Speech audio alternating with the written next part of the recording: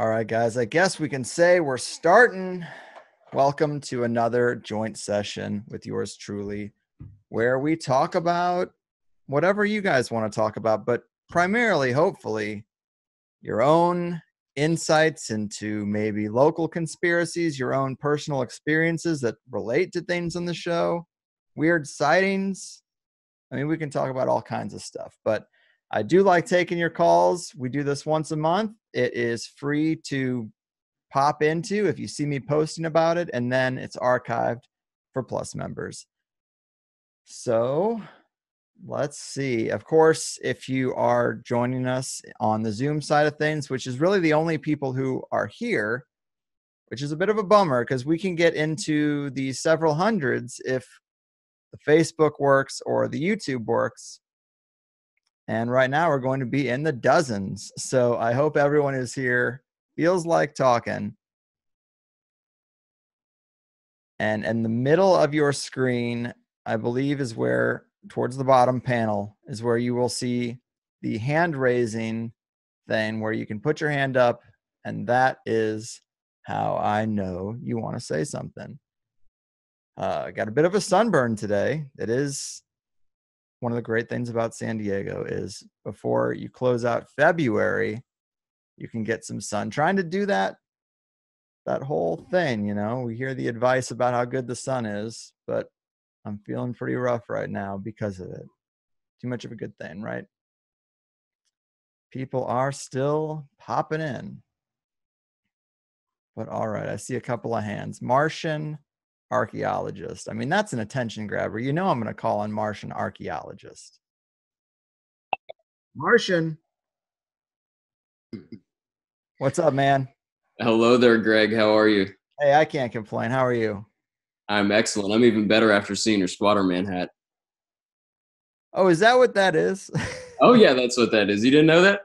No, you know, it's actually, I always think it's so goofy when a person doesn't know why they're wearing a certain hat or they're repping something they don't understand. But I got this because the symbol looked a lot like the stuff you see in the Thunderbolts project. And Yeah, I, that's Squatterman. oh, okay. Is that, Yeah, I yeah. didn't know the term. I didn't know the term.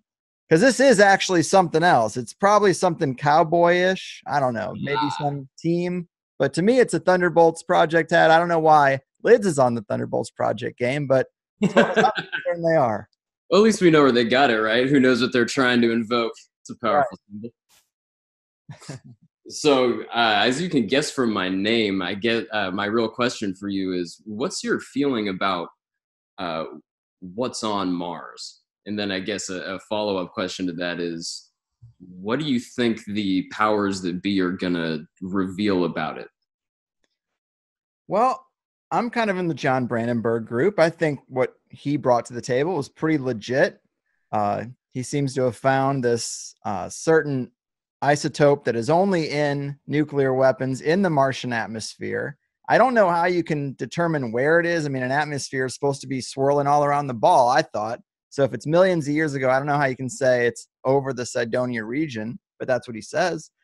And I mean, yeah, I've seen the pyramids. I've seen a lot of the things that look like ruins. It seems pretty clear there's something there if you can trust those pictures. I mean, that's a concern potentially that maybe we don't have pictures of Mars. There is that camp. But I like to think that there's enough detail in those things that it's like pretty arbitrary to go to that length to fake things. I think they're clearly hiding some ruins. Probably relates to the ancient past. I don't know if the elite are ever going to do much about it. I mean, I think they're trying to escape the apocalypse that they are bringing on, potentially by going to Mars, but that seems pretty insane when you really think about the harshness of the environment. They might as well just go to bases in Antarctica. But what do you think about it, man? This is really about the guests, or I mean, the audience, really. Who are the guests? Well, since you asked, I'm gonna invoke the spirit of our common friend here, Joseph Farrell. Mm-hmm. So, uh, Dr. Farrell has put together some amazing work, and he is always saying that the linchpin of that is the cosmic war. And I really agree with him there because, I mean, my feeling about what's going on Mars is it's pretty clear. I like to think that the NASA JPL images, at least the stuff from the rover, is legit. Mhm. It'd be pretty hard to fake a lot of that stuff, especially when you go through it and you pull out the different forms that you can see in there. I mean, you got to work with what they give you. But I really agree with Dr. Brandenburg. He seems to, from what I recall of what he said, that essentially we're looking at a Bronze Age civilization on Mars that was wiped out catastrophically. He tends to lean on the Xenon 129 signatures that indicate, through radioactive decay, he can essentially estimate the size of the weapons and the time at which they were detonated. So I'm not sure how all that works. I think we're really looking at plasma-based weapons and arcs between planets and stuff like that. I mean, it got messy, If we're implicating a solar system reordering, the kind of drastic stuff that's going on is going to be, incalculable. So who knows what really happened up there? But I can speak from my angle and say that I'm convinced that there was a civilization up there that resembles in form the Olmec culture primarily from Earth. And you see a lot of the same motifs coming up. They see the death stuff, the skull stuff, similar animals, forms like serpents. You see a lot of jaguar, lion type stuff. The other place I would look for similar forms on Mars is a culture in China that few people are aware of called Sanxingdui, Sanxingdui. And Greg, I think that one would blow your mind because they didn't know about this thing until 1986.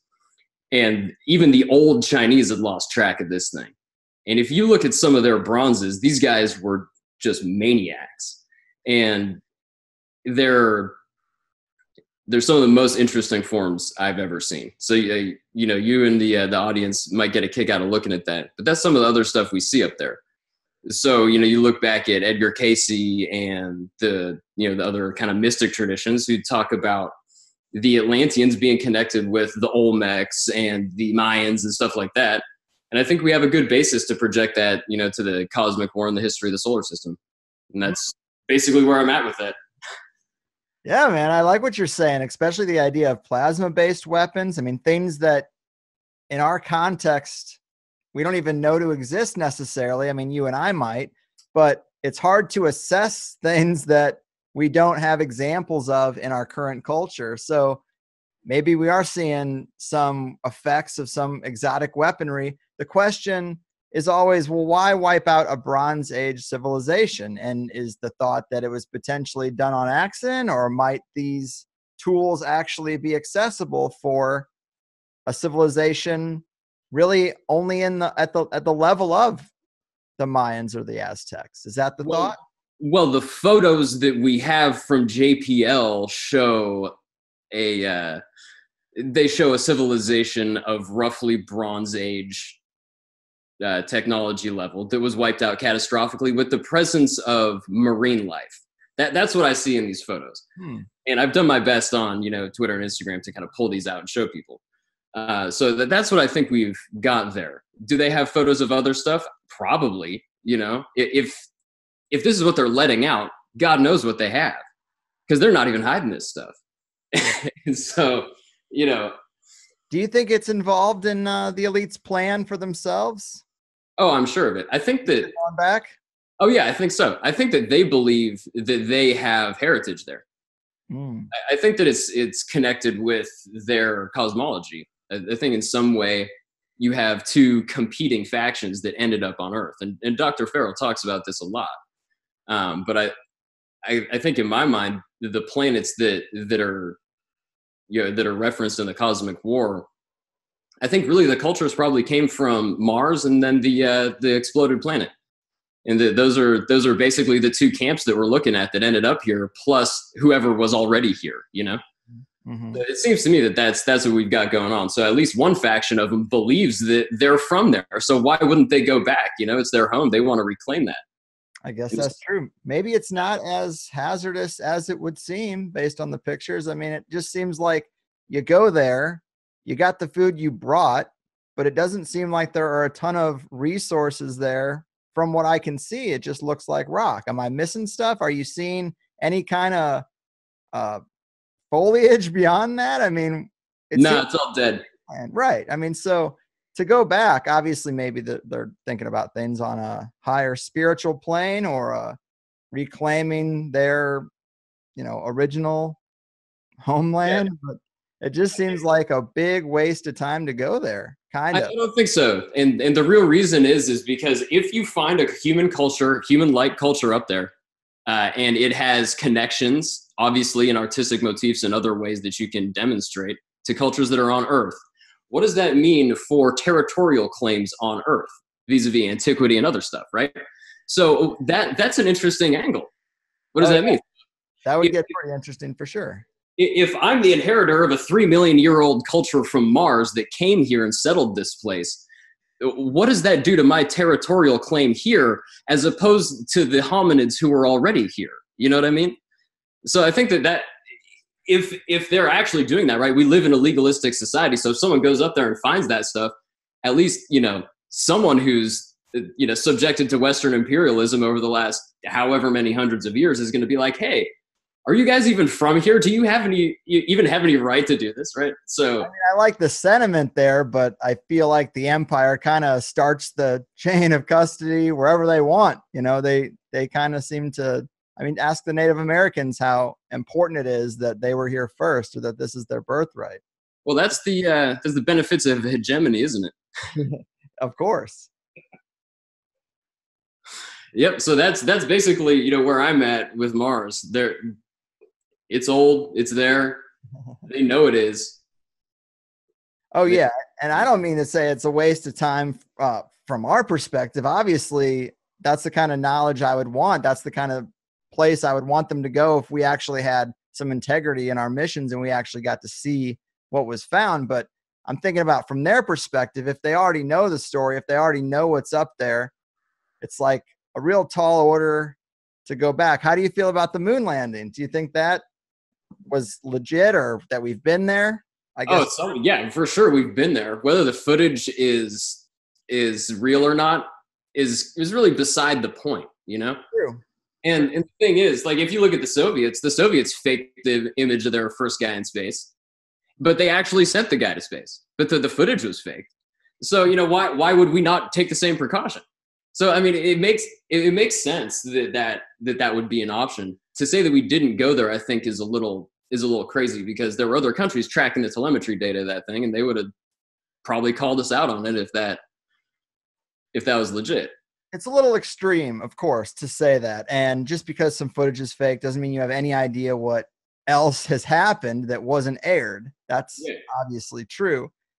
But the argument that some of those people would make is that the space agencies are all in bed together, that they invoke the same symbolism, showing that there is some kind of network relationship that isn't necessarily discussed on the surface, and that they would contribute to the lie potentially. But I mean, I think that's a stretch personally, but that's what people in that camp would probably say.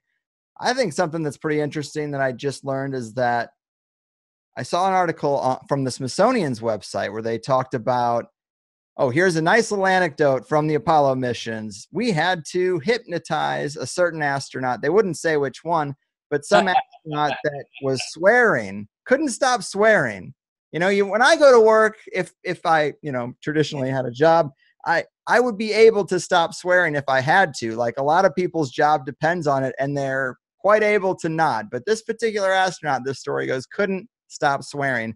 So they underwent hypnosis so that they wouldn't accidentally swear in the footage.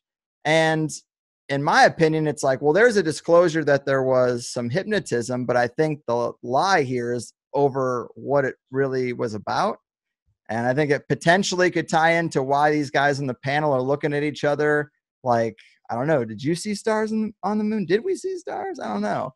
Like, there's obviously some real weird stuff going on, and potentially hypnotism of the astronauts to maybe think they went in the craft they saw on TV or think they went at all. I don't know how it all shakes out. A lot of weirdness, though, around it, but I like to think that we went there. It's fun. I have the only evidence we have, I guess, is the footage, and I don't trust that, but I hope that we went. Yeah, well, somebody went. I'm sure somebody went. I think we should all face facts on people have had the technology to go to the moon for a lot longer than the 1960s. I mean, it's possible to go. I mean, at least is I would say they were probably technically able to do it at least in the earlier 60s or possibly in the late 50s, but with different technology. You know what I mean? Right. And this stuff is black budget. It's off the books. It was all private from the beginning. It's all private corporation stuff. And it's not even just the corporations. I think the real work that Dr. Farrell and a lot of other people have done is show that this stuff is in the hands of organizations that are not really trackable. Like that's the whole point of a secret society. I mean, you don't know it. They don't have headquarters. Like if you've ever interfaced with any of the non-traditional quote unquote secret societies or whatever, you come to know that it basically is just one person knows another person, and then everyone's just meeting at somebody's house. Like it's not something they're going to advertise, and so you're not going to be able to track it. It's not even going to be in a corporate ledger anywhere. I mean, right. This is stuff that's basically kept inside people's families, and they've been working on it as their own form of tradition. And if you look at the Eastern traditions, like the real spiritual stuff is kept inside families just the same way. Mm-hmm. And so if we look at it from that perspective, these guys in the West believe that this technology and these other things are part of their spiritual tradition. And that's like proprietary information. And so they're going to hold on to that. I mean, there's no reason that they're going to let it go. So if they could go to Mars for what is for them essentially a religious mission, and that they're using this technology, which is basically, the hand-me-down and gift from their gods, the way they see it, why would they let anyone else in on that? It doesn't make any sense. I'm with you. I love what you're saying, man. I really like that idea of looking at these old religious texts to try to pull out, I mean, I don't know exactly what they're pulling out, references, descriptions of the technology so they can maybe reverse engineer it based on how it was described. I like the idea of the war in Iraq, the main mission or one of the primary ones, or a subtext, I guess, amongst a certain cabal to go and raid the museum, the Baghdad Museum, so they could try to either get tablets or some kind of artifacts that relate to this stuff. I mean, that is crazy to think about, but it's also probably true. Well, Greg, it's really not the craziest thing to think about, because when you really crack this nut, these guys are getting this stuff channeled, basically. Like that's really the dark art of this thing, is that the majority of the information that they're getting, like when they go and look for stuff, my deep suspicion that's based on my whole experience with this thing, written, read, and otherwise, they're looking for confirmation of stuff that they already know. It's not really that they're looking for the answer for something, is that they already have an idea of what's going on. Right. And before you send off a mission to Mars or wherever, or spend $1 trillion on something, you want to be a good insurance agent and you go check out the sources and say, like, okay, we have this thing. Where is the nearest reference we have where someone was talking about this information? Well, it's probably in Sumer around here. We think that there's going to be some confirmation of this information here. So let's go dig it up. And I think that really they're looking for confirmation of what they already know. I agree with you. And I think they've been able to confirm it enough at this point to be pretty convinced that their central story, if it's passed down, is true. And I mean, I don't know. It's pretty exciting to think about what it might result in, but I don't know. You think it's happening in our lifetime? Well, yeah, for everybody. And here's why. Because at the end of your lifetime, it's going to involve you no matter what.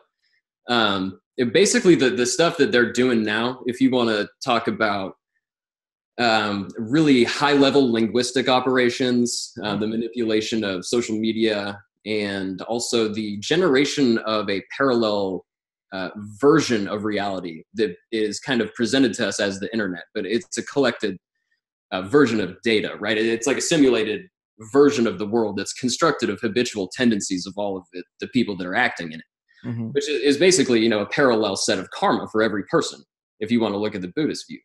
So basically they built you're all collected data, right? That's your habitual tendencies. That's your karma. All of the decisions that you've made throughout your life, whether it's swiping somebody on Tinder, or whether it's, the bank transactions that you habitually use, or, your rent, or whatever it is, it's all collected. Hmm. So from a Buddhist view, you basically have a parallel version of a person's karma. And so what is that going to do when you die? So which one is more real to your consciousness? I think that's really like my deep suspicion here, is that especially if they keep shocking this thing with CERN and whatever else is going on, they're energizing the electromagnetic environment of the planet to an incredible degree. Gobs and gobs of stuff, like Dr. Farrell says. It's like huge amounts of power. And Yeah. so you basically have the energization of this parallel version of reality to some strength that's stronger than the real one. And so if that's energizing this parallel set of karma, what's going to happen to a person's soul or spirit or whatever, reincarnating essence there is at the time of death. And I think that, if people talk about quote unquote eighth sphere, or they talk about, someone trying to steal your soul, or being trapped somewhere after you die, or false light, or stuff like that, I think that's really all what they're getting at, is that the architecture that's been built out in cyberspace is essentially built to be a parallel universe. And since it's constructed of habitual tendencies, I think they have a real shot at it. You are tying in a lot of great stuff, man. You're blowing my mind. I never really thought about your digital footprint as karma. I mean, I guess. Well, the definition of karma is your habitual tendencies, right? Yeah. And it is a record of that, a digital form. I mean, that's kind of the thing about the occult agendas, is it looks like, first off, you have to have an accurate model for reality to begin with. A lot of us just don't have that context. So it's hard to say exactly what they're doing when you don't have the same starting point that they have. But it does look like they're putting like a film over everything we have, a digital film that is basically like the flip side of it. And the karma angle fits, right in that wheelhouse of ideas. So I don't know. I think that's pretty awesome, man. Yeah. And when you want to examine what these people are doing, if you look at, if you take a purely from a mechanical sense, the Tibetan Buddhist view of consciousness mechanics and energetics and stuff like that, that's what they're using. 100%. I guarantee you that's what they're using, for a number of reasons. You can say this. Really, if you look at it, the Tibetans conserved all of the most powerful magical practices from the ancient world. Like if you want to talk about real sorcery, like high level sorcery, those guys were it. They spent 1,000 years combing the entire region to suck all that stuff up. And they did a real damn good job. So when you're doing all of your research to, form your secret society or whatever, and you're going to go to Tibet to find the magic. And that's what you see them all doing is they all go to Tibet and try to get the magic. Right. Right. And that's why.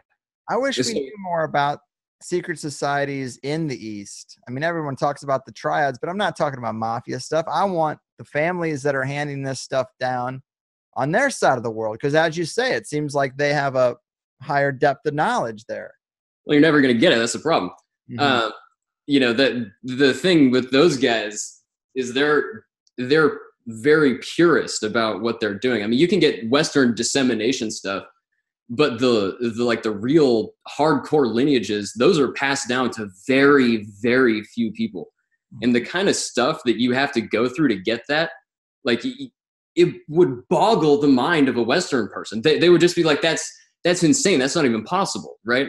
Yeah. And like level one is, hey, let's do this, fire breathing meditation. And then after a while, to prove I've, passed the very first level, I'm going to go sit out in the snow in a Tibetan night and dry, wet sheets over my back with my body heat. Cause I'm, doing this meditation. Right. So that's level one. Yeah. It just gets crazier from there. Right. And so this is why no one over here is going to have this stuff. I mean, there are people and they're very few, but you'd never find them. They're not going to advertise who they are because the purpose of it is to keep it hidden. And, if you think about the book, the Foundation series by Isaac Asimov, it really is a parallel to what's going on now. And then you have the first foundation, which is essentially like the Western guys who are, preserving the technology. And then there's the second foundation, which is the really hidden one, right? Mm. And so the real deep spiritual guys in the Eastern side, I mean, they're still like in the mountains, or maybe they're diffused throughout society, but they're never going to let you know who they are because they're going to get targeted. Mm-hmm. And the whole point is to not let that happen. Right. They're hiding from other factions who know the game, and all you'd really face from the public is ridicule. Of course, no one's going to accept this stuff. It's way too far down the line for Yeah. the average person. But And also they're operating on a level of reality that's so far beyond what you and I are dealing with. Right. It's like incomprehensible. And so it would be almost, I don't know, like disrespectful, or most certainly a fool's errand for either of us to try to imagine what they're thinking, So I know. I have a upcoming guest. I've already recorded the episode, but it was going so well. And then in the last like 15 minutes, they start doing this apologetics for the elite. And well, they're doing this to save us because they know what's really, and I was just like, pull up. yeah, right. Like, don't go down there. I really can't get that with most people. It's like, look around you, man. These guys are obviously eugenicists. Like clearly that's what's going on. If people can't wake up and smell that, that they're going to do it anyways. So who cares, I guess. Oh, man, you seem to know a lot about these particular threads and how they tie in. I mean, do you have any recommendations for books or guests or authors that, beyond Dr. Farrell, who are looking into this particular stuff? No, I don't. I'm the only one who's looking into it from this. I can show you that. Well, when are you writing a book, man? I don't have time to write a book. That's unfortunate. Yeah, I did my best. I put stuff on the Twitter feed. Most important story in human history. Right. Well, the thing is, people have told it better than I can, at least, for the broad strokes of it. And also my experience has led me to know that the destiny of the world, for whatever it is in much more capable hands than mine, on the good side and the bad side. So I don't have to worry too much about actually doing the big things, because there's, not to say I'm relieving myself or anybody else of personal responsibility, but, there's better people than I on the case. You know what I mean? I mean, yeah, but you seem to have a pretty good grip on it compared to a lot of people. I mean, even I would say guests on the show. Dr. Farrell, of course, is that A level I consider him to be. John Brandenburg has a piece of that puzzle. I even think you could fold in some Laird Scranton into this mix, but I don't hear a lot of people pulling together all this talk about going back to Mars, with the ruins on Mars, with the secret societies going back and trying to resurrect or confirm the stories that are passed down through their lineages. I don't hear a lot of people connecting all that. Well, it's there, man. I'm sure that I believe you. Oh, I believe you. I'm just saying that maybe you are on a particular thread that really is pretty specialized. Well, I appreciate that. Thank you, Greg. The only other thing that I would recommend to people is that they should look into radar. Specifically phased array radar, and that this is a key thing that everyone's missing out on. I would point your attention also to a series, project series at the U.S. Air Force, codenamed Cobra, COBRA. And that's a series of projects, series of systems that came out.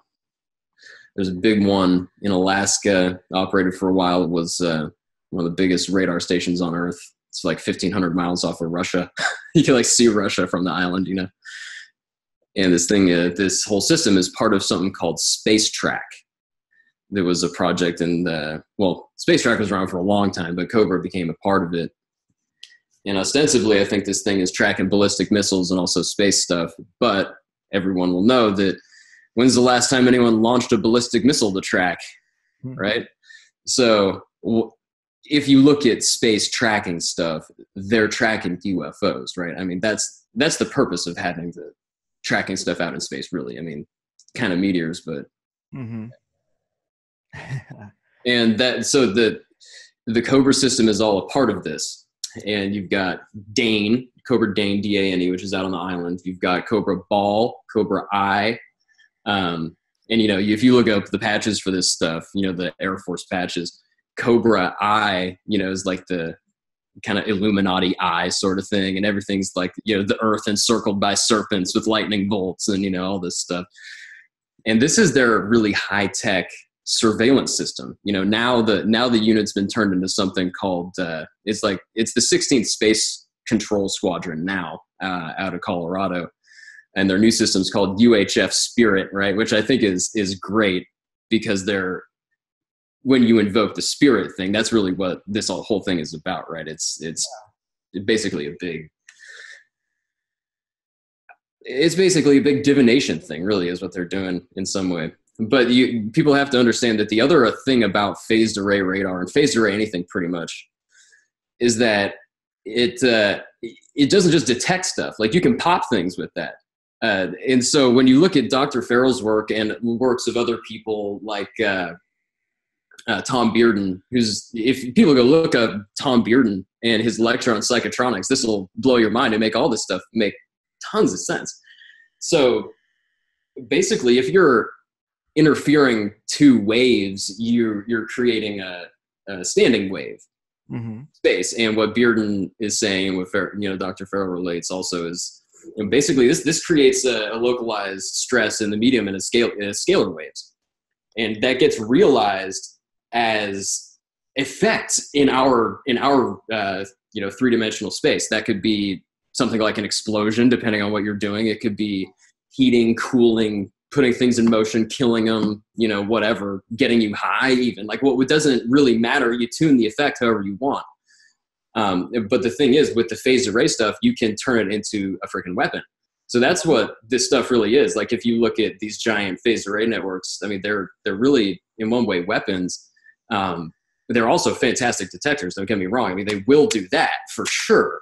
But you can also use them for a lot of other things. And I think people should also look into UFOs in the early days being brought down. Like, I hear this argument, well, if they're so advanced, why were they, coming down all the time? Like, what is that?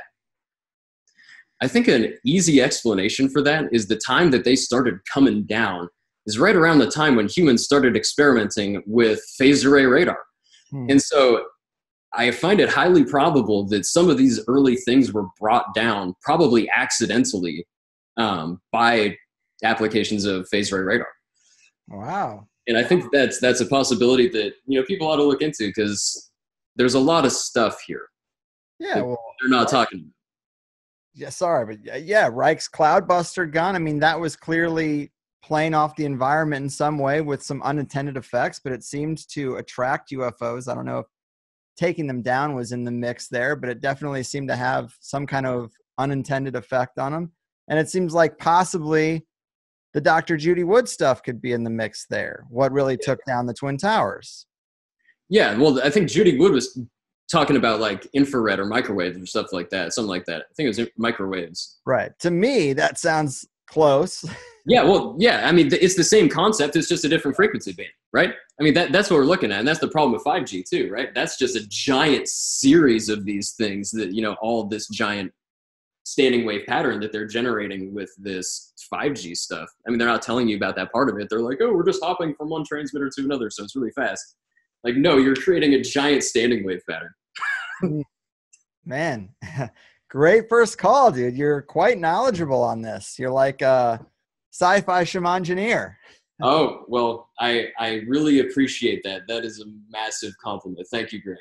Yeah, man. Well, thanks for calling. And I mean, if you ever do come up with some resources or you want to put this material together and talk about it in a more, in a more intention driven format, we can do that outside of the joint session. I mean, we'll talk, Yeah, but yeah. I definitely like these threads, man. Oh yeah, I could do it. Could do it forever, Greg. Have a good night. Thank you.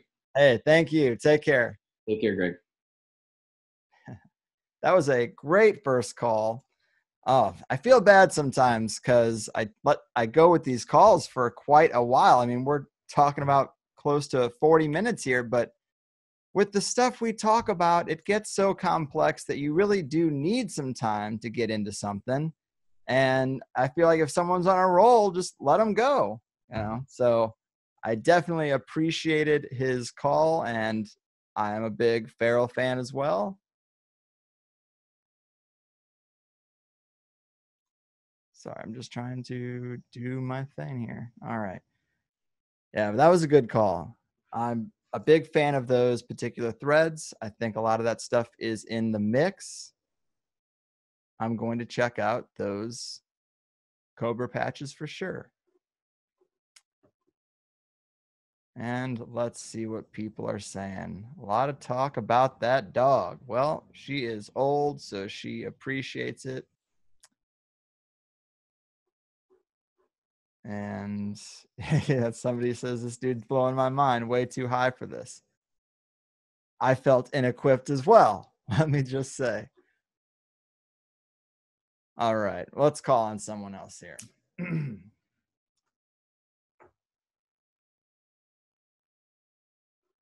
Says I got a phone call in listener, but I don't know if I can bring them in necessarily, or if they want to be brought in. I see some things in the Q&A. People talking about the Discord is going. All right, let's call another name here.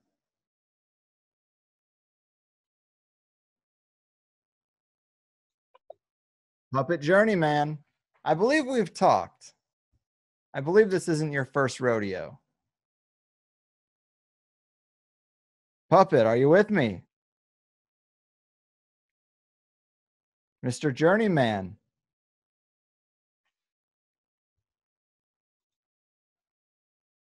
You're killing me, Smalls. I'm not hearing you, Puppet.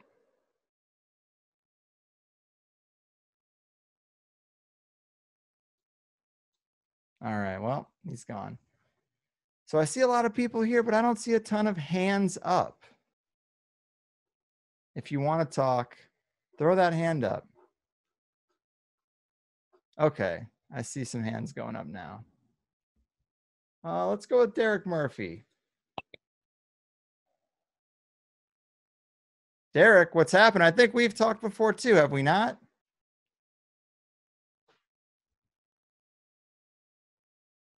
Derek, can you hear me?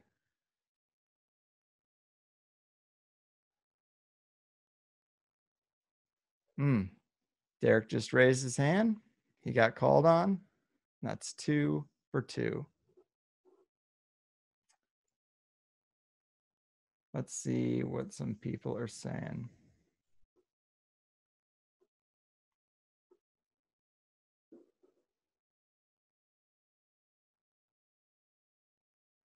Somebody asked if I've ever considered having a weed grower on the show. Not really. I've grown weed actually a couple times. They mentioned a guy like Energized Water. He uses vortex water. Okay, I mean, that's interesting. I like those kind of permaculture tips and tricks. I like the Victor Schwaberger stuff. I would like to talk to someone who implements that kind of stuff. I guess them being a weed grower would just be a nice bonus, nice tie-in for the brand, so to speak. I guess I would do it, but not because they're involved with weed, more so the other stuff. Because that's water magic, man, as far as I'm concerned.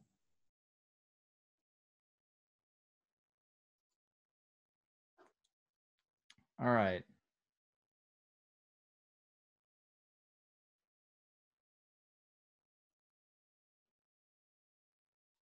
Let's go with Karab. Let's try him out. Oh, it called in another one in the meantime, Armin, who I think we've also talked to before. Armin, are you with me? What is with the space weather? Nobody wants to talk. Oh, okay. Derek Murphy. He fixed.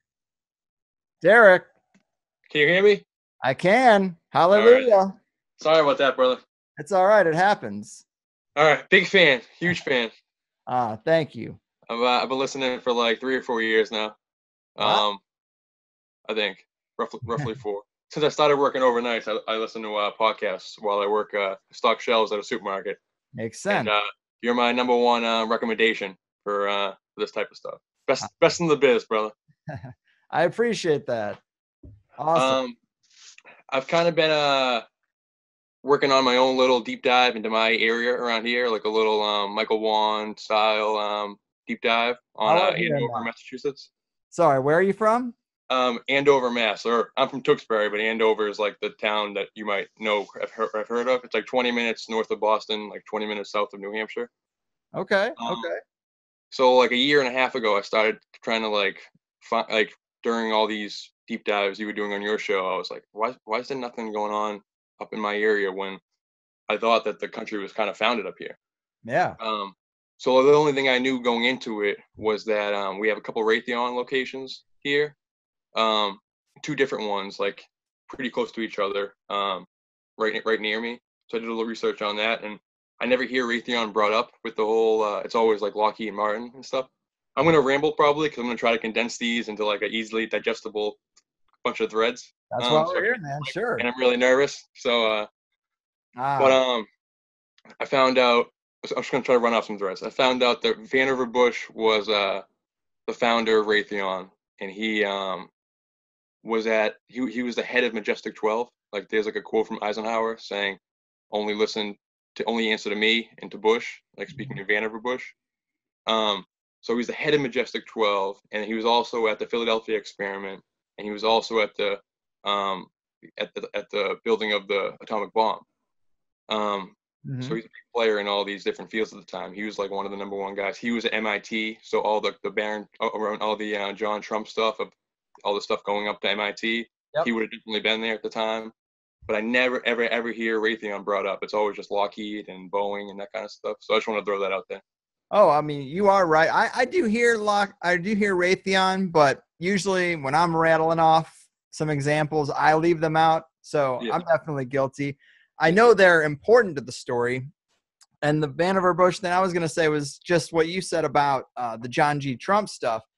Yeah. I thought that stuff, when that first came out, I thought that stuff was so hard to believe. I was like, there's no way Trump's fucking uncle was the guy who got Tesla's papers. There's no way. But it is absolutely true. And I watched a black and white archival interview with him from the physics department of some university where they just wanted to get the legends on the record before they died. He's very old at this point.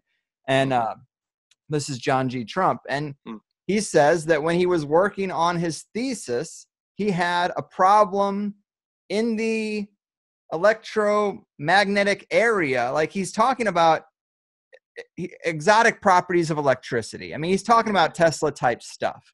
And he says he had a problem he couldn't work out, and Bush is who he went to. Now, I also have heard that Vannevar Bush and, George Bushes, there's not really I haven't found any. They're not related, but I find that very fucking hard. Yeah, same, yeah. How many Bushes could they really be, Right. But I just know somebody's going to say, well, they're not related. I'm like, yeah, officially they are not related. Exactly. Yes, yeah. I'm aware. But I can't imagine that 2 people this tied in don't have some kind of connection. Exactly.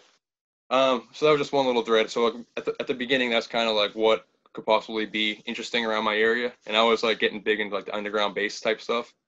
And like all the ancient civilizations and kind of like the just thinking that there was the pre-flood global civilization, all the Graham Hancock stuff, or just some kind of ancient civilization, which then passed it on to the indigenous cultures of every region, then to the to like the conquistadors and stuff, to like the Europeans that came over and conquered it, and all this data. We're trying to figure out what the secret information is. And at the time, my mind was on like ley lines and like underground bases and that kind of stuff. Mm-hmm. So I'm searching that thread, and one of the first like sites, this like reservation area that I started researching was used to belong to Passaconaway. He was like the chief of the Pennacook Native Americans up in the Lowell region of like the Lowell Mills and stuff in early American history. But he was allegedly a giant. He was like 8 feet tall. He was he could fly. He could like light things on fire and bring things back from the dead, all kinds of stuff. And he was like, there's a legend of him being called when at Plymouth Rock they saw the boats coming in, and he tried to like, it was the only time ever he couldn't harness a storm to like destroy the ships. So he took it as a sign that the white people were supposed to be here. So he was like influential in like bringing white and Native American relations together. Wow. And he remember Michael Wan said that like in his Susquehanna thing that the Native American that was like tied to the Templars for like bringing them around and like kind of like, I forget how he phrased it, but had a wolf head around his neck. Remember that thread? Like the only picture of Passaconaway that I could find, he is wearing a wolf head around his waist. So I just thought that was curious. And this was all around the same time. And he passed it on to the Varnums, which founded the Society of the Cincinnati, which was in the Court Lindahl episode, the Acadia one. You have some boat with Edgar Allan Poe and stuff. Yeah. And so I had never heard of it until that episode, and I was like, "Oh, holy shit!" And then I didn't really understand what it was based on what Court had said. But then I guess the DuPonts ended up using it, or I found out before that it was just a fraternal order of wait a second, sorry. Can you turn that off? Sorry, my food was beeping. No worries. Sorry about that, brother. That's life. It's a fraternal order of like elite military people during the Revolution. Washington was in it, but it was founded by like this group, including the Putnams and like all the influential people of the time, including Varnum. And I found his eulogy, and there was a link to Orpheus in his eulogy, and Orpheus's lyre, which is like the thing about, yeah. And this is like a year and a half ago, but at the time I'd only linked it. If you look at what Orpheus's lyre is, it's just a symbol to mean the spread of esoteric knowledge. But this is like a year. This is way before Chris had ever hit me with that new information that I had no idea about. You know, Being on so I looked into like the whole Orpheus tie, like thread or whatever, and in their religion, it's they would go into marshland and induce altered states with wine to go to the other side and come back. And then the Pennacook Indians with Passaconaway, who also lived in this region, they would do the same thing, go specifically to marshland, because that's where they believe it's the crossroads, where like the land and the water meet, and induce altered states. It was the same belief system passed down from hand to hand. And then Varnum, his grandkid was the one who formed the society in Cincinnati, but he was the first settler of Ohio. They went to the giant mound, like the Marietta huge giant mound, with Putnam and this whole group. So his grandfather got the land, the sacred site, from a giant, and he went to the biggest giant place in the world, maybe in Ohio. You know what I mean? So that was interesting. It's just a weird thread. But, that's exactly the kind of call I like, man. I mean, that's what people should be doing, looking into their area for weird stuff. It's everywhere. That's the thing, is you realize when you start to look a little bit that it's pretty much everywhere. I think the same about family history. If you look into your own family, you will find some areas where your family tree has been affected by the big machine. I think a lot of people don't know that much about their 2 generations up and beyond family or extended family.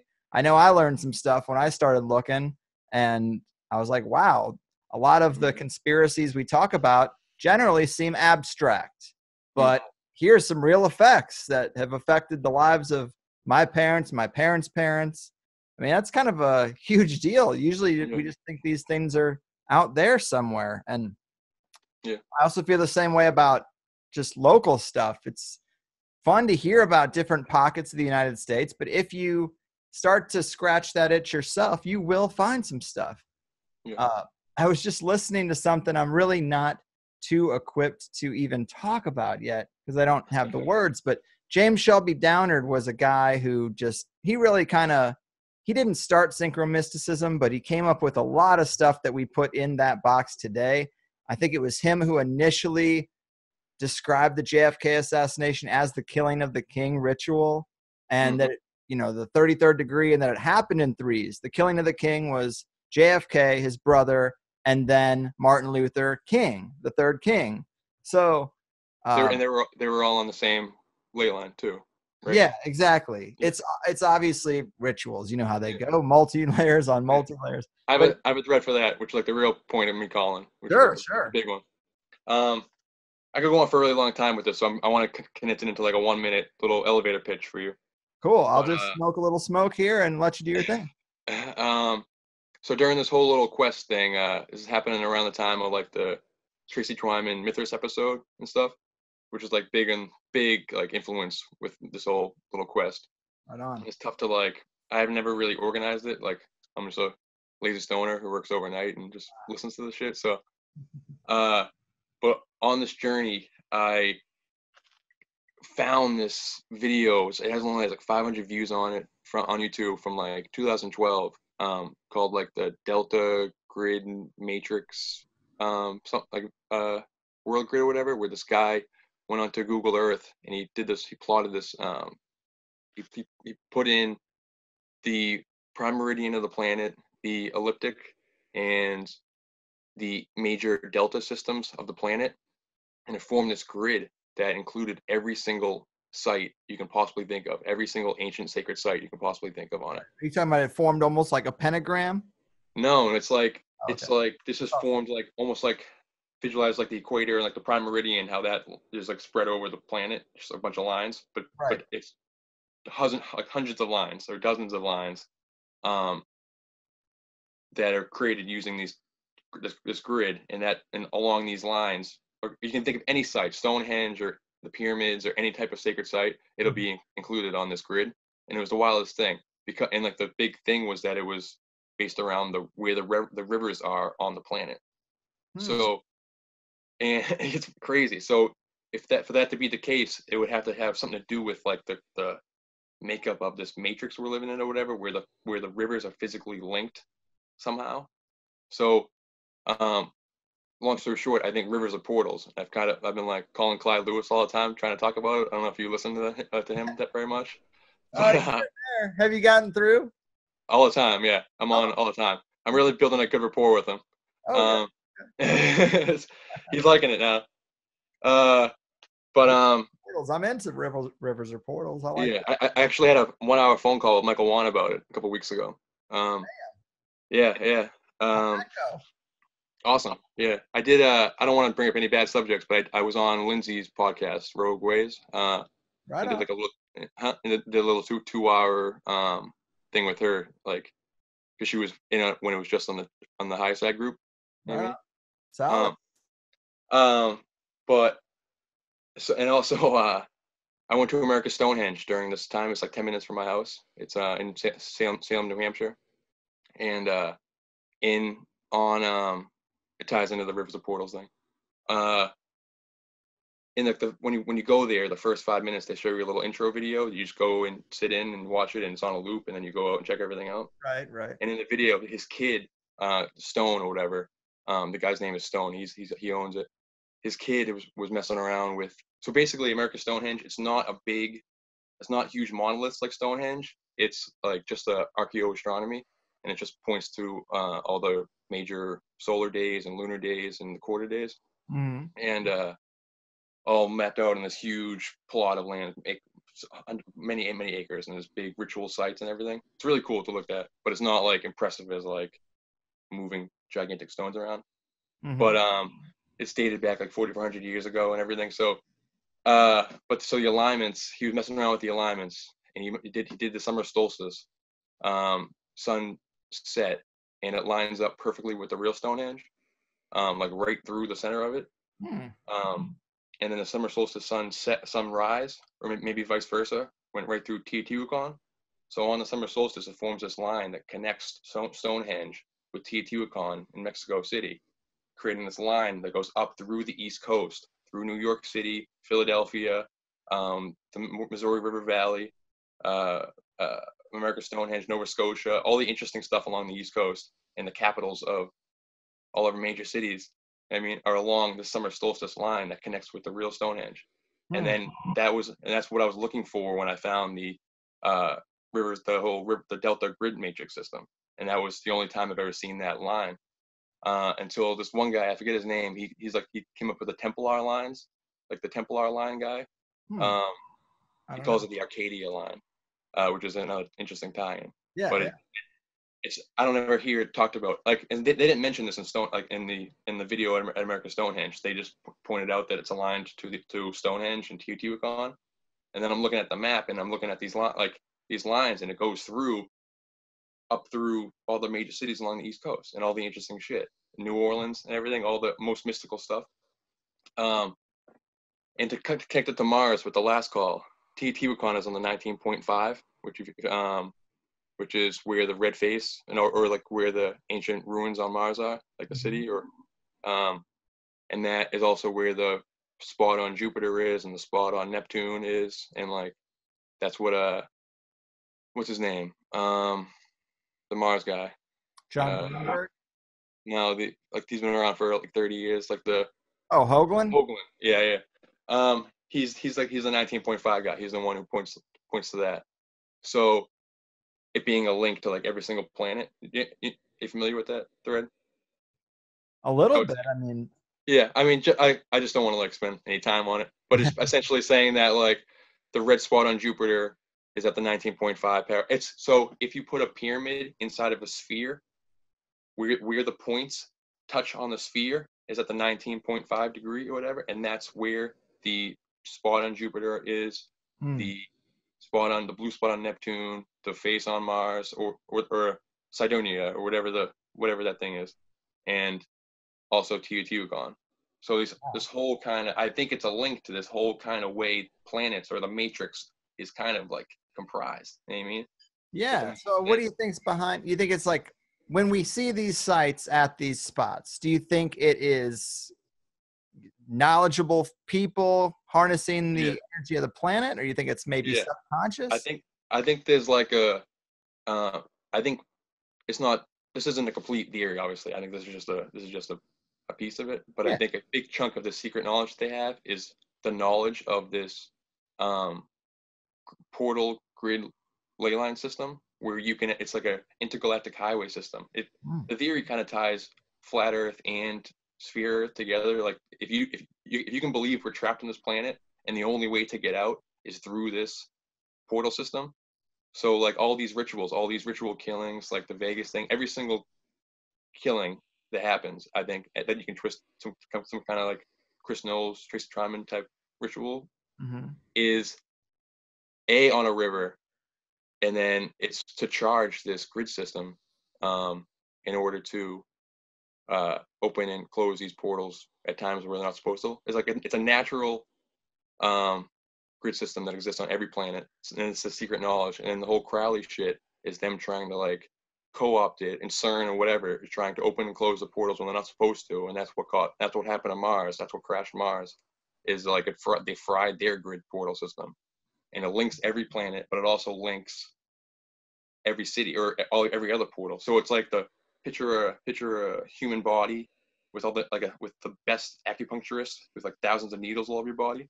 Those as above so below or whatever, microcosm and macrocosm, exist on the Earth body.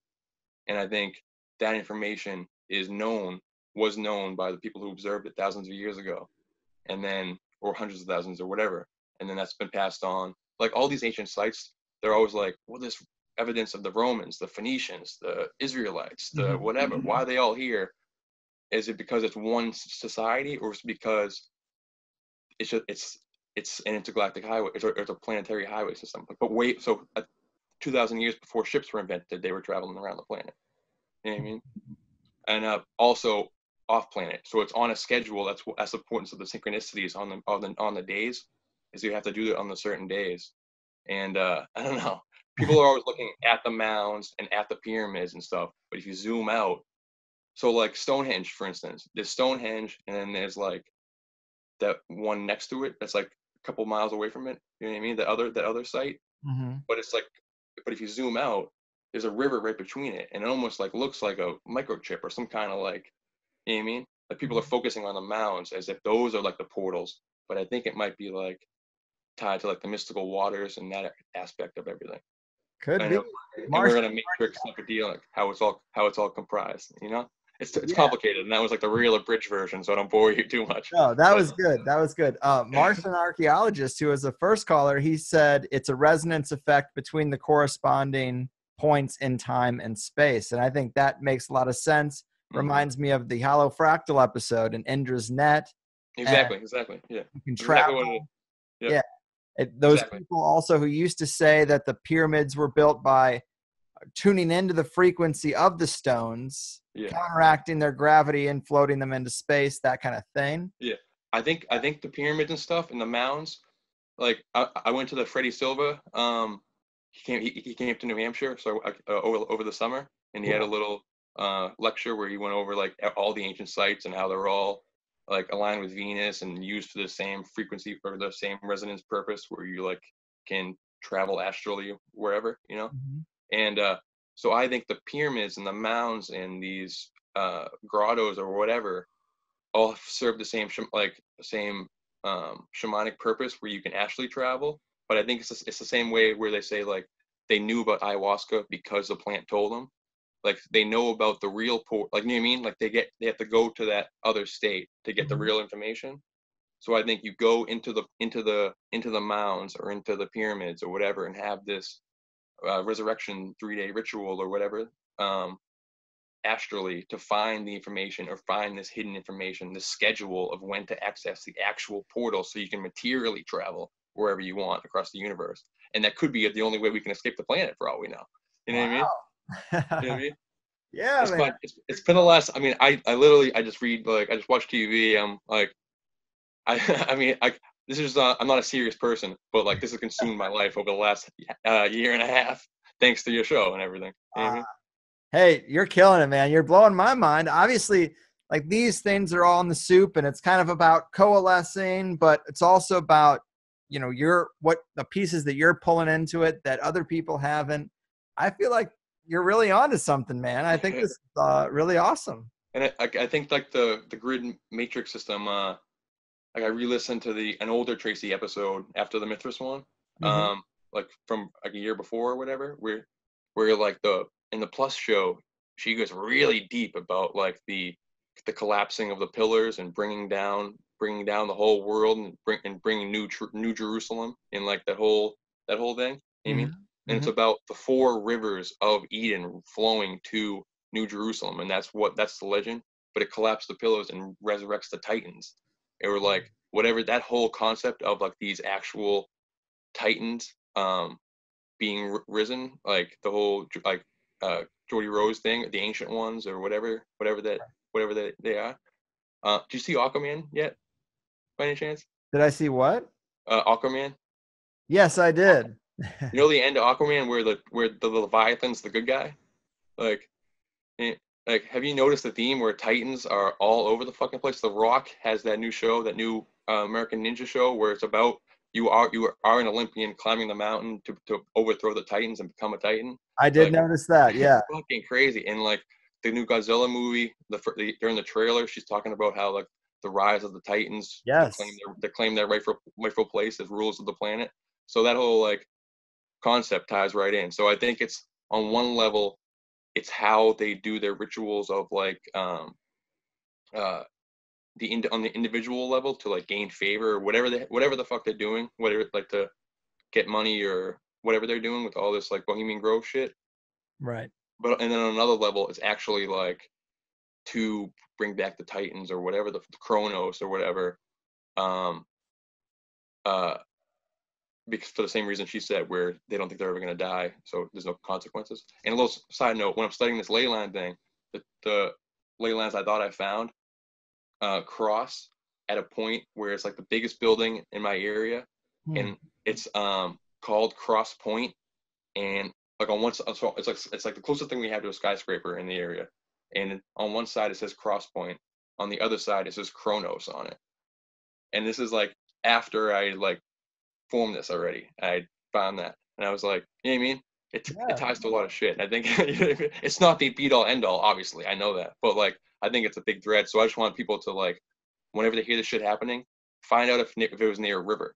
Like every single paranormal shit. Like if you look at like UFO maps, Bigfoot maps, any type of shit, they're all closely related to rivers. Like all the Michael Wan stuff, obviously, but like the Philadelphia experiment happened on the convergence of two rivers.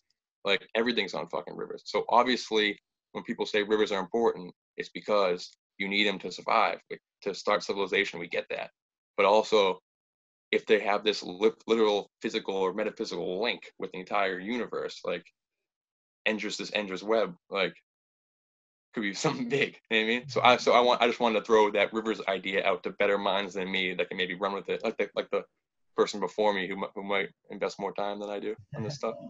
I mean, maybe if he wants me, maybe we could bring him in. Yeah.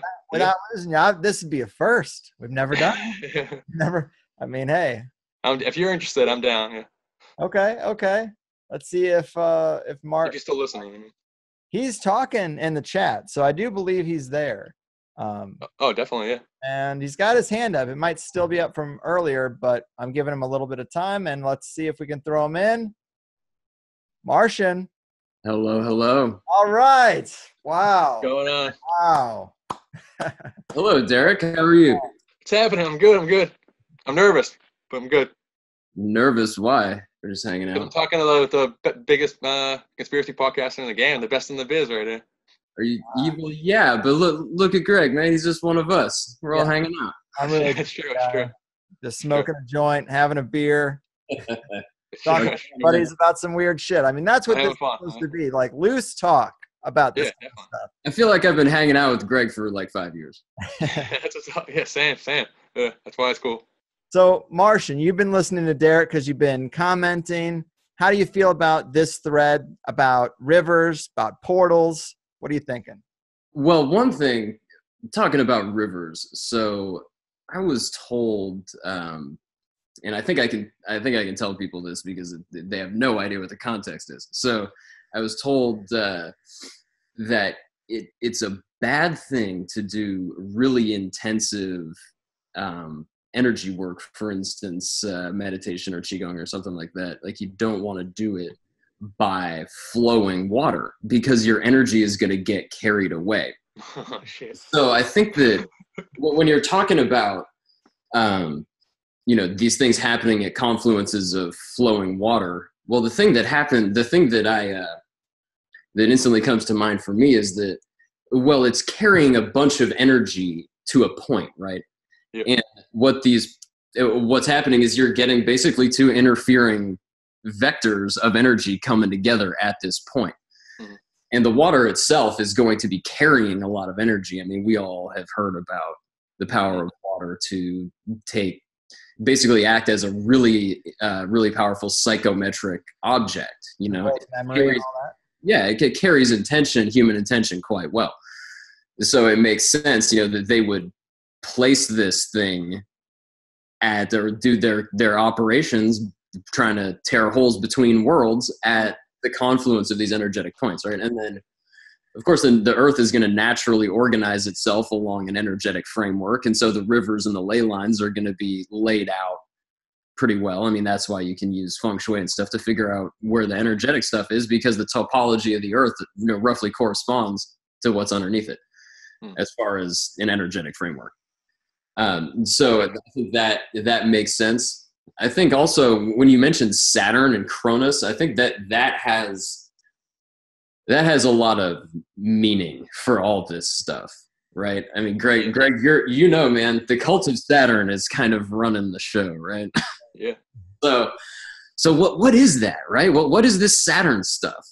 It's tough because it's even if you throw it out on those esoteric pages on Facebook and shit, it gets into a fight every time because they don't know if is it Satan, is it Saturn, is it time, Is it like these titans? Like there's so many different. It's not time. It's involved with time, but Chronos is not like chrono. It's not the same Greek word. It's a different word. That's the thing. That's the confusion. So it's not the same word. But the thing is, the archetype of Saturn does contain these sort of things, right? It's basically number and the division of reality and ordering things, right? And I mean that's where we get, the AI is basically the incarnation of Saturn on this earth, right? I mean that's what we're looking at, right?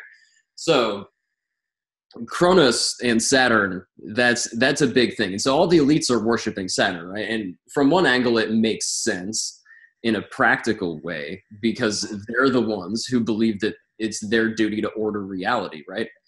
And so they're worshiping Saturn, the god of ordering reality, because that's who they are and that's where they draw their power. But there's all sorts of other dark stuff tied up in that because the archetype of Saturn is also connected with all this, sacrifice and crazy stuff from the ancient world. And it really is. You can't deny it. It's all tied up in there. Oh, definitely. And there's all the shit about maybe that hexagon or whatever being some kind of like portal into like our region of space. So perhaps that's also like tied into this whole grid system where like the hexagon's the cube, right? I mean, when you think about these guys, you gotta think about what they're talking about. Like the hexagon is the cube, is 666, is like it's all the same thing, right? I mean, that's what they're that's what they're doing, and you got to think about it like, the subconscious mind, which is the thing that they're really implicating when they're doing their secret work, right? It flips things upside down. Like the orientation of the thing doesn't matter as much. And so that's, you have transmutations of symbols into one another, various aspects that are all connected to each other. Yeah. They have their own language that they're using for this stuff. But Saturn is the primary deity that gets implicated all the time. Oh, big time. You reminded me when you mentioned the water thing, I forgot this.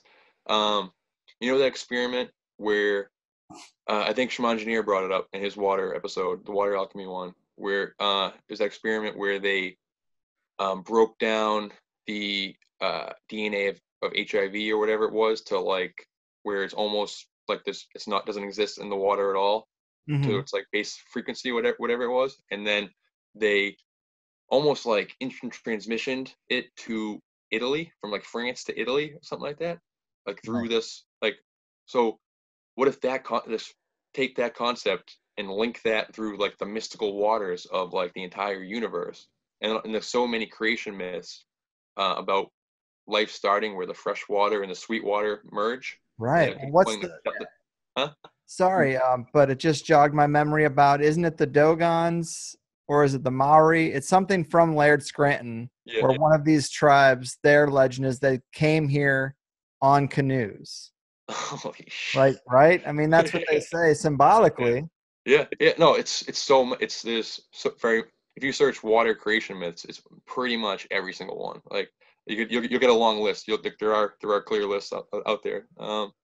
But it's wild because like a lot of them are specifically fresh and salt water, and that's what these like delta regions would be. So obviously you think, why would the Nile set up on the delta, or et cetera, et cetera? There's the obvious physical benefits, but perhaps could be this more metaphysical thing going on too. I have two thoughts on this matter, very synchronistic, right? So the first thing is talking about the waters, right? So if we look back in Babylon and the really old cultures, when they're talking about these concepts, right? The fresh water and the salt water and all this stuff.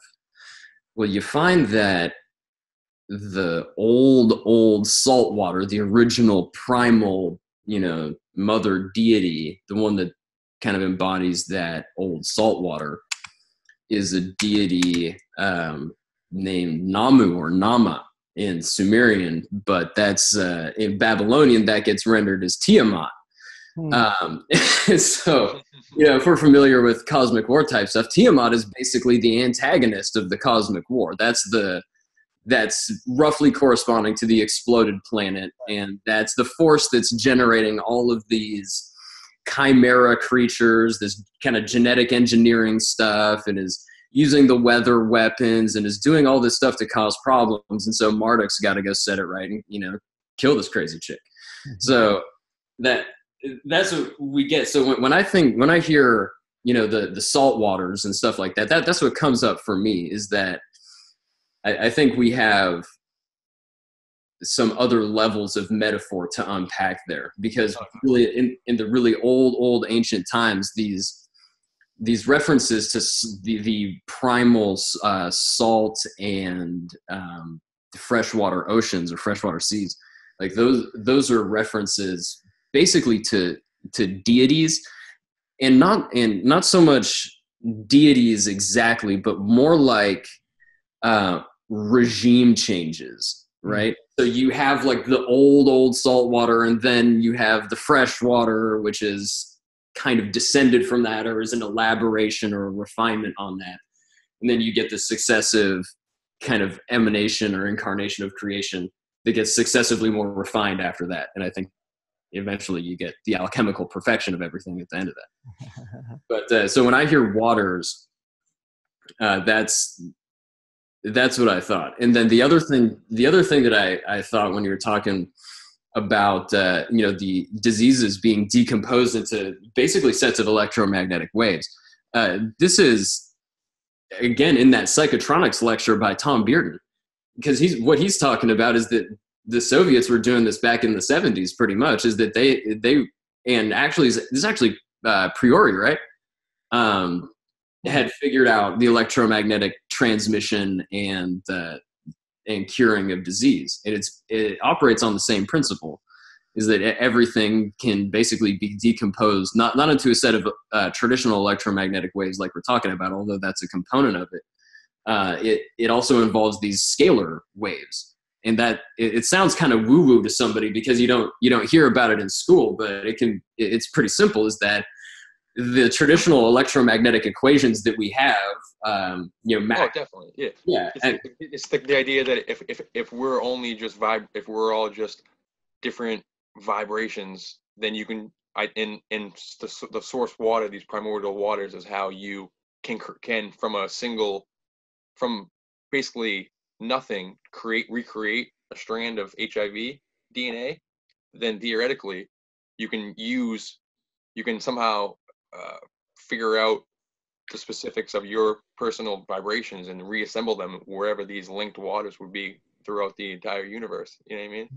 Like, yeah, it's the ultimate alchemy, right? It's the materia prima, because it's just basically taking what you're doing is you're using this interferometry template idea, which is you take it's basically a template is what it is, and then you input that template into space-time, and then it in the local area of where you are, and essentially what happens is, as woo-woo as it sounds, freaking 0-point energy basically aligns along the lines that you've generated in this standing wave interference pattern, and that corresponds in three-dimensional reality to the thing you want, right? That's just how it works. I mean, when we're talking about it here, they're just wanting to use scalar interferometry basically to build an HIV virus, and they did it.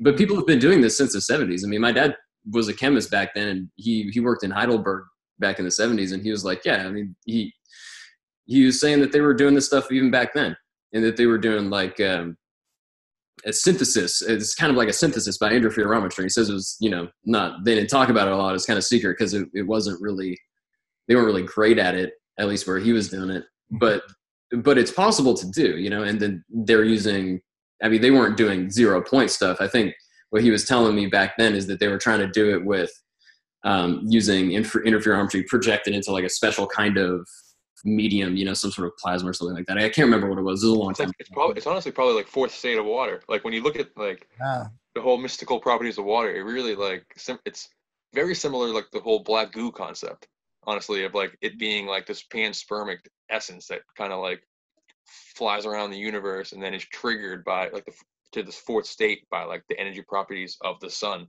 Right. You know what I mean? Like a plasma state of water. Yeah, and it's kind of like how almost like you can picture it like that being almost the point of it, and that's the reason why we have so much salt water on the planet. Like there's only 2% drinkable water on the planet, and like 1% of it we can't get access to. So why do we have so much unusable salt water, and so little fresh water, unless it's almost like a natural regulation, like a regulatory system? So Or it's an electrical conductor. That's what it's for in your blood. yeah, Fair yeah, point. no, that's true. One quick thread, though, I'll let you go.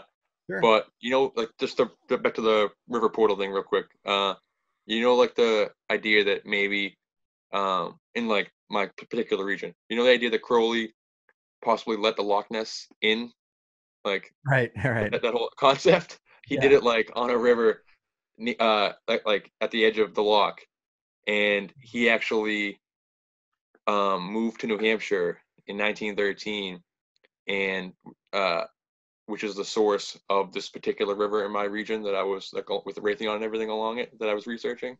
Hmm. Um, uh, Possibly like to do the same thing. I mean, and it ties just back into all the other that I think my river's a portal. Maybe. Hey, where'd that guy move to in New Hampshire? It's Newfound Lake. I don't know the town. It's like a short name. It begins with an H, I think, but it's Newfound Lake. Was the name of the lake. Interesting. Hey, Greg, you want to hear a funny story? Let's hear it. I was born in Sandy Hook. My dad's first wife died in 9/11. My uncle lived in Columbine and then in Aurora. Wow. Jesus Christ. Yeah, synchronicity, funny story, Yeah, man, you're drenched in it for sure. right? Wow, guys. Well, I thought that was super interesting, and I'm glad we did it. I'm gonna let you guys go and try to get another person in. It's crazy that we've gone 90 minutes and I've talked to 2 people, but I mean, what great picks. Thank you very much, dude. It was really awesome. Take Thanks, care, Greg. guys. Thanks, Eric. Thank you. That was a lot of fun.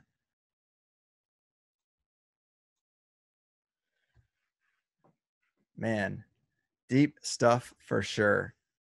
And I did almost forget that I had this on my phone. Somebody mentioned social crediting in the chat, and I did save this link from the Independent. So, I mean, I'm really freaked out by the social crediting stuff in China, not to completely go the other way with this thing, but China blocks 17.5 million plane tickets for people without enough social credit.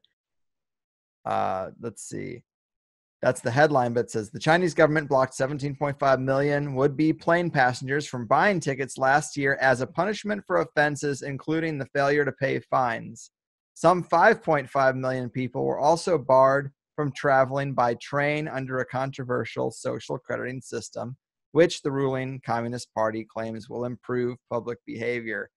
I mean, 17.5 million people, that is so many. And those are the people that don't have enough social credit to get a flight. Obviously, that's got to be the minority, right? It's like, how many people are on this system already right now? It's not theoretical. It's not something that's going to emerge next year. It's going on right now. And if they could bring it here, I think they would. I have an upcoming show with Chris Milligan, who is really awesome. He's the guy behind Trine Day, who's I've learned is one of the best publishers for this kind of material. A lot of THC episodes are based off Trine Day books, but he said that he thinks that the end goal of the big machine is to rule the world through China. I mean, he's talking about the secret society network, so obviously there's a lot of conventional geopolitics talking about China, but he's talking about it and has been, I guess, as the next husk for the secret societies, and that once they have the system they want there, like social crediting, expect that to be what's rolled out.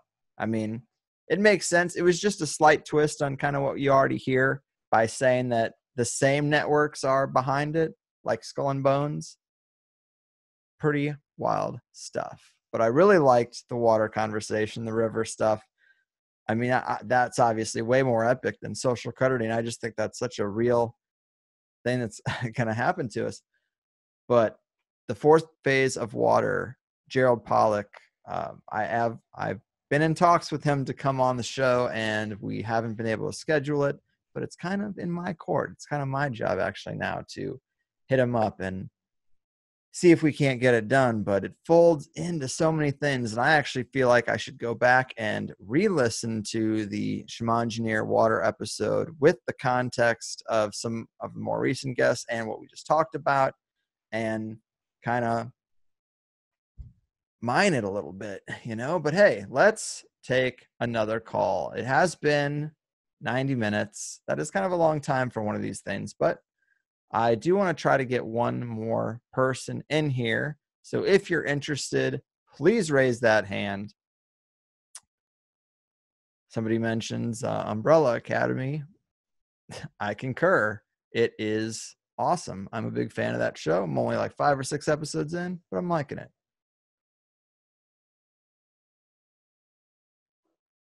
Let's see. We have plenty of water. Lack of resources is bullshit. Sure. I mean, I don't know. I have no idea how an individual sitting from where we are would know how much water we have. What do I think about James I being Shakespeare? I have heard about that. I don't really know the depths of the Shakespeare mystery well enough to understand what it is that makes that case. Obviously, when you read Shakespeare, you think it's an affluent person. I'm open to it. I don't have a dog in the Shakespeare fight, but I did think Alan Green's episode was great, more because there's a real mystery in that altar that I want to get at. And I loved the decoding of it and how John Dee ties in. I mean, that we had a John Dee era over the summer where almost everything came back to John Dee. Somebody asked if I'm familiar with the new Antarctica whistleblowers that Linda Moulton Howell has been bringing forward, saying that David Wilcock is really into it also. Well, I don't know much about it because I don't seem to find the same research channels that David Wilcock does very often. But hey, I'm really interested in anything Antarctica, and we got into a little bit of Titan talk today, and that's a big speculation that it is some Lovecraftian thing in the ice, that the Titans might really be there. I think Michael Sala, I'm pretty sure it's in his book, and I'm pretty sure he brought it up in his THC episode somewhere along the line, that is the goal, to resurrect something they've found in Antarctica that very well might be the Titans. But it is in media a lot, and media is such a tool for getting these ideas out there. All right, I'm looking for some hands. See, this was a bit of the problem of being in just the Zoom meeting without the YouTube. And, I like to be pretty professional, so it pisses me off that I can't set the YouTube part up until we've gone live. Like, there's no way to preset it up. I can do everything else. I can get my camera ready, get set and all that kind of stuff, but I can't seem to get it to, there is no way for it to allow me to go live before we start the thing. So it's always going to be the first minute or two, and it's always going to be random. A lot of people arguing about Wilcock. He's a polarizing figure. Someone mentions Murder Mountain on Netflix about the Humboldt area and Northern California and some true crime that might surround the weed industry. I've heard about Murder Mountain. I do want to give that a watch. Where there's money, there's often some kind of foul play. So I'm not surprised there's many, many murders around marijuana in Northern California that go unreported. All right. See, the thing about the hands that are up, they're people I've called, or they're people that I called earlier that didn't answer. And with this system, I think once you raise your hand, I don't think you put it down. So I'm hesitant to call on them. But I guess we're going to let Armin maybe close this thing out if he's there. And if I don't see another hand go up.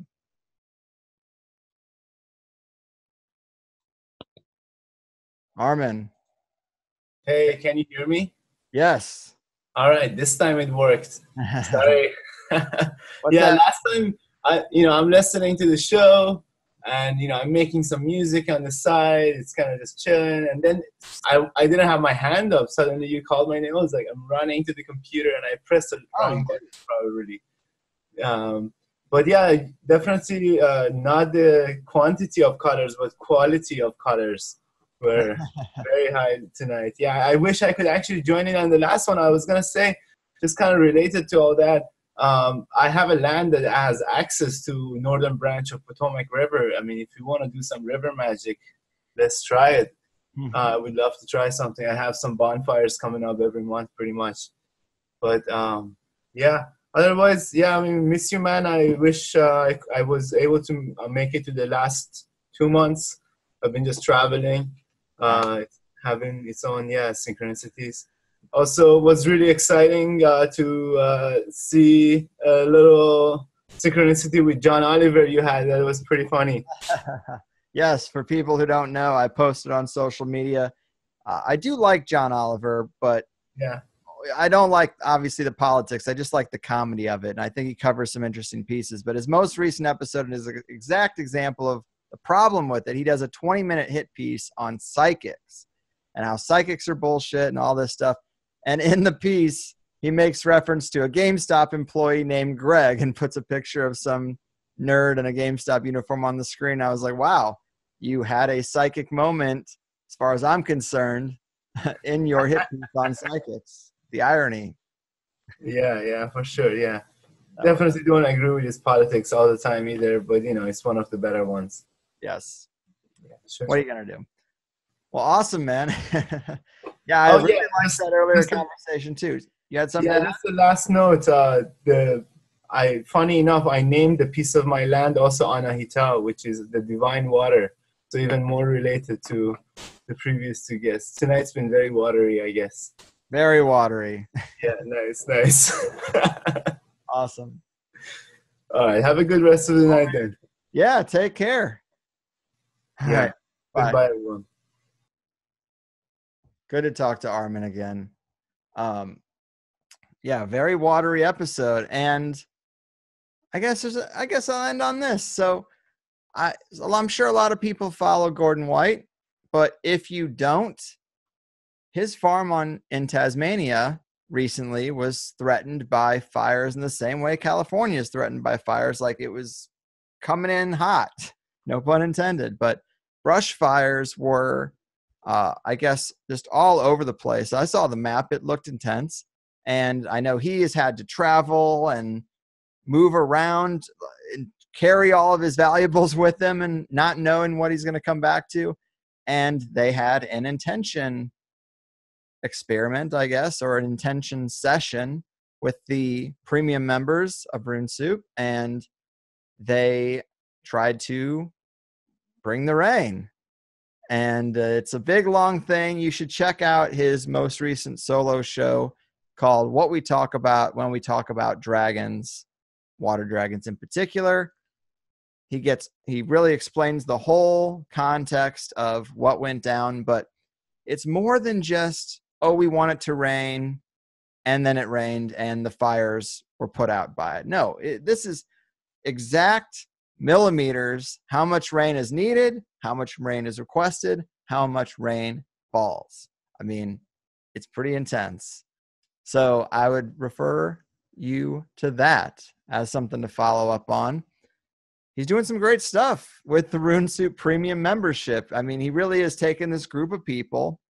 They're going through the classes, and they are putting their money where their mouth is. They're like, if this stuff is real, let's stop talking about it in the abstract and let's do some practical magic. Let's get out there. And they've done intention experiments for the group, or intention exercises, I should say. They're beyond experiments at this point, but intention exercises for the group, for individual people going through tough stuff. They've had success after success. It's pretty mind-blowing. And the most recent one was Gordon's actual farm. And on that note, maybe we will call it in. This has been about 100 minutes of me and the audience. And I thought that was a lot of fun. Derek Murphy and Martian archaeologist both killed it. Both had a lot to say. And yeah, thanks, guys. Thanks for tuning in. For everybody who watches this later, I do appreciate it as well. As always, free to catch live, free to call in, but I archive it for the Plus members. They are the ones that really allow me to have the best life possible. I mean, I am a kid on summer vacation forever at this point, as long as the show keeps working out and I keep making those 5 shows a month. Obviously, I want to do more. I'm hoping to get different logs going on different fires this year. We'll see. We're probably going to undertake a very ambitious plan to get the Higher Side Chats and the Higher Side Chats Plus websites merged into one. Because when you look at most companies out there, it's odd that I have these 2 different domains. And when I'm working with people for like digital marketing agencies and stuff like that, they always say, hey, this is a problem. Like, you got to fix it, because if Google thinks that you're duplicating content on multiple websites, they will delist you from search engines, from their search engine, obviously the big one, but from search results. And I think that shows in this genre are particularly held under the microscope, and little things seem to affect Grammarica, seem to affect me, and they're fixable. So far, they've all been fixable, but from what I understand is when you are on the shit list with Google, there's no one to call and you're not getting off. You know, your social credit is out the window. And I want to avoid that potential moment. And that consolidation might happen. It would be a huge pain in the ass. It could disrupt people's connection to their RSS feed plugin.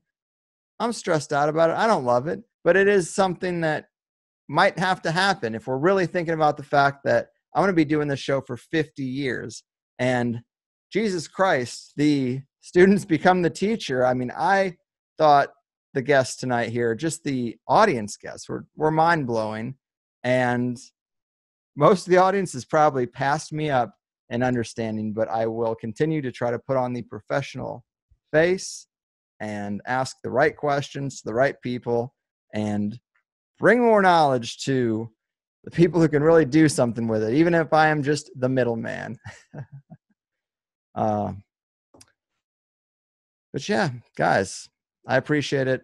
This is the life.